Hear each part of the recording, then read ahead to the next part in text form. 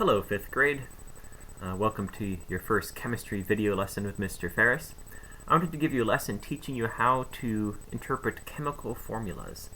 So if you have your notebooks with you, you can go ahead and take notes as I write this. If you don't have your notebooks, though, you can just take some notes on a piece of paper, like a piece of notebook paper that you can file away somewhere.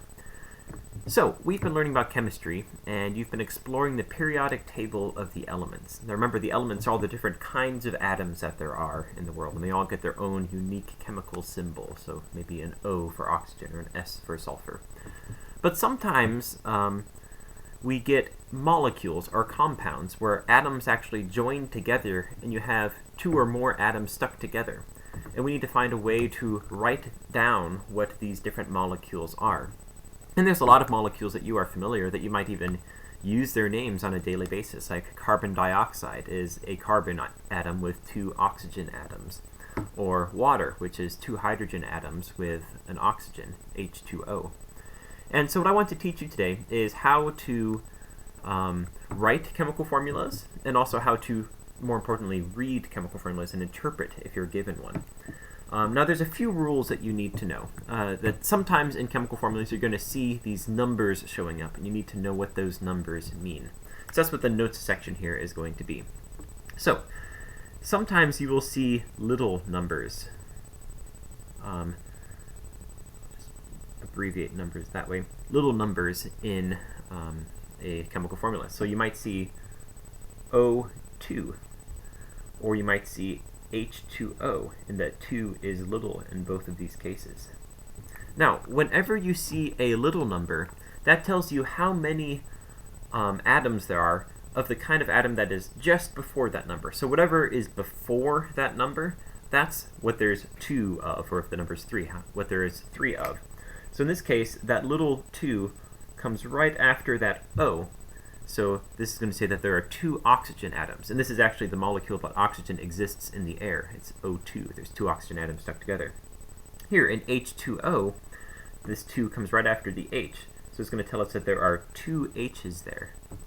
Now, you might notice there's also an O that doesn't have a little number there. If there is no little number there, we're going to pretend there's a little invisible 1 there. So just so we don't have to write ones after everything, if there's no number, that means there is just one of that atom. So if you see O2, that means that we have 2 oxygen atoms, or over here we have 2 hydrogen atoms and 1 oxygen atom. Let me give you one more example here of the little numbers, and then I'll move on to the next case where we're going to see numbers. So the next example I'm going to give you is carbon dioxide, which is CO2. You sometimes see it written that way. CO2. Now, we see a little 2 there, which means that whatever comes right before it, there's going to be 2 of that. Now, some of you might be tempted to say, oh, there's going to be 2 carbons and 2 oxygens, because the 2 comes after both the C and the O. But no, the 2 only talks about the O there.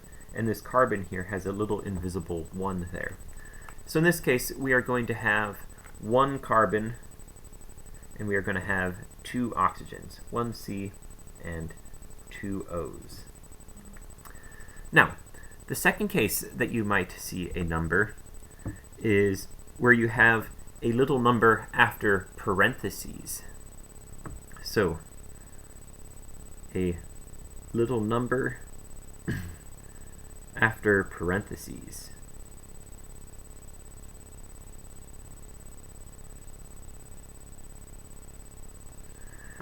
So, an example of this would be something like MgOH2, and the name of this chemical is magnesium hydroxide. But in a case like this, we see that there's parentheses around both the O and the H, and then the little 2 comes after both of those. In a case like this, the little number refers to everything in the parentheses. So this little 2 here is talking about both the O and the H. And the reason for that is the little number is on the outside of the parentheses. It's kind of grouping the O and H together, so that when we put that 2 there, we know we're talking that there's 2 of both O and H.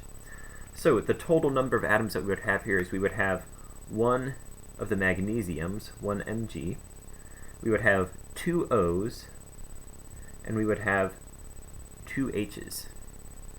And that's our total atom count for this molecule.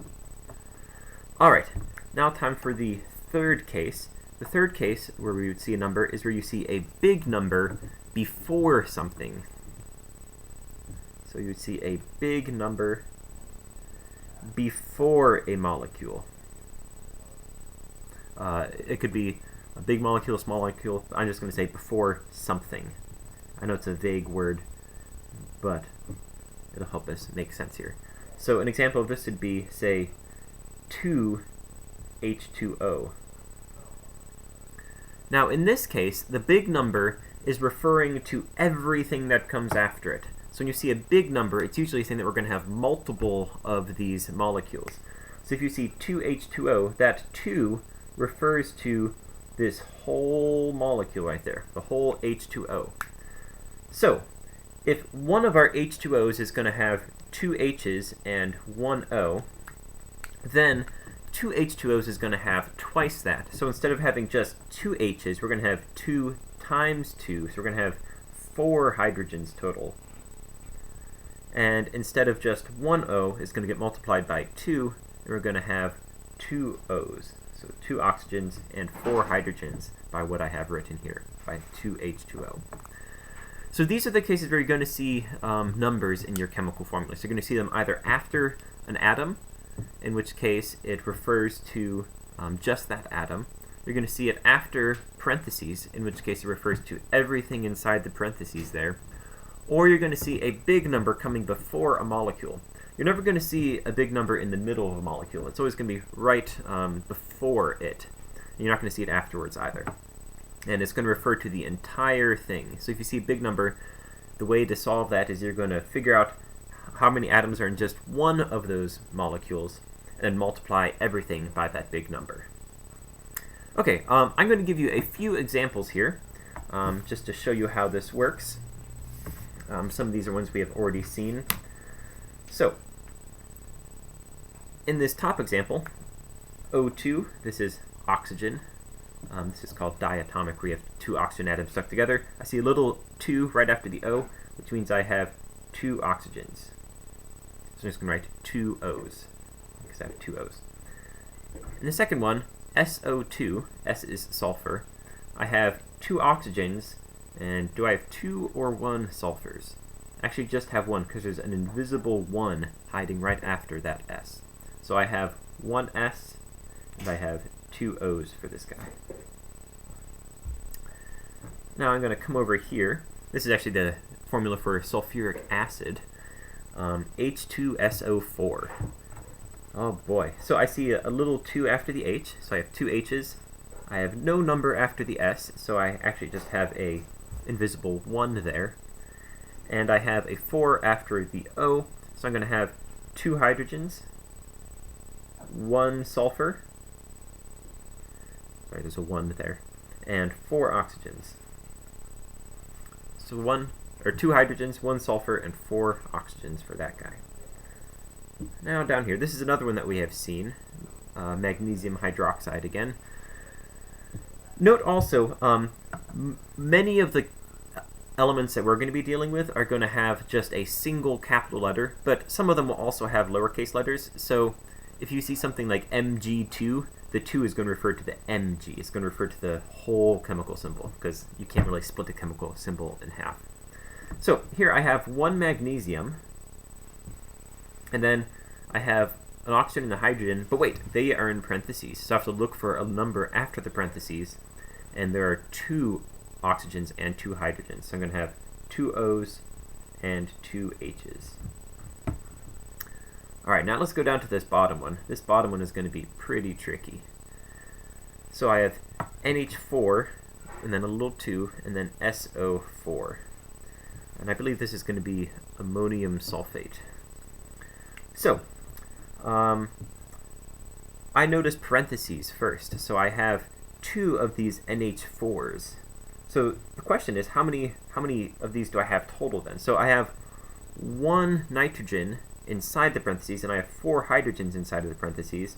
So when I multiply them by 2, I'm going to have 2 nitrogens, and I'm going to have 8 hydrogens. 2 times 4. Outside of the parentheses, I have an S with no number after it, so it's actually just a little invisible 1. And then I have 4 oxygens. So I'm going to have 2 nitrogens. I'll write it bigger over here. 2 nitrogens, 8 hydrogens. That's an H there. 8 hydrogens, 1 sulfur, and 4 oxygens. Now, just to make this a little bit trickier, what if I had put a great big 2 out in front of this whole molecule? So what if I put a 2 out in front of everything? Well, if I had that, then everything would get multiplied by 2. So instead of 2 nitrogens, I'd have 4 nitrogens. Instead of 8 hydrogens, I'd have 16 hydrogens. Instead of 1 sulfur, I'd have 2 sulfurs. Instead of 4 oxygens, I would have 8 oxygens. Now, I would like to give you an assignment where you're going to figure out how many of each of the types of atoms are in different molecules. And I'm going to try and put the document up on RunWeb and give you instructions on how to access it, but just in case you can't find it there, I will show it here in this video. So you can pause it and use this as your worksheet. Now, you don't have to print it out or anything. You can do it on a separate piece of paper. And in the next lesson, I can give you the answers for that then. So, here's the first part of the worksheet. You're just going to look at each of these molecules and tell me how many of each type of element are in there. Like, so how many carbons are in here and how many oxygens are in here.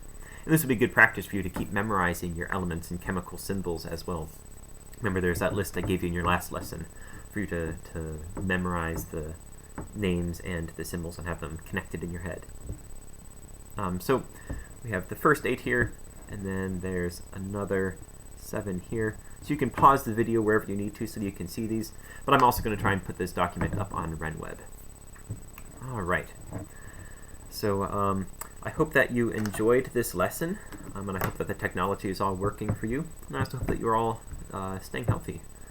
I hope you have fun doing this activity. Alright, take care everybody.